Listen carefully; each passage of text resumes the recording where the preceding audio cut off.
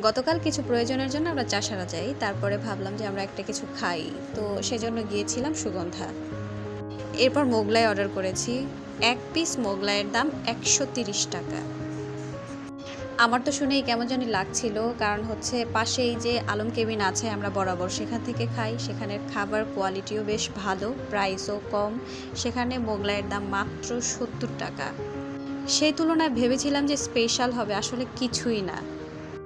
মোগলাই খাচ্ছিলাম, না জানি মনে হচ্ছিল যে ডিম দিয়ে পরোটা খাচ্ছি, ফিলিংস এমন ছিল। আমাদেরকে যে সালাডটা দিয়েছিল সেটাও এতটাও ভালো না, মনে হচ্ছিল যে পুরো লস। এর থেকে আলম কেবিনের খাবার অনেক অনেক ভালো। ভেবেছিলাম হয়তো ডাবল প্রাইস যেহেতু স্পেশাল কিছু থাকবে, আসলে কিছু না। মনে হচ্ছিল যেন পরোটা আর ডিম ভাজা খাচ্ছি। যাই হোক, টেস্ট না করলে স্বাদ তো জানা যায় না।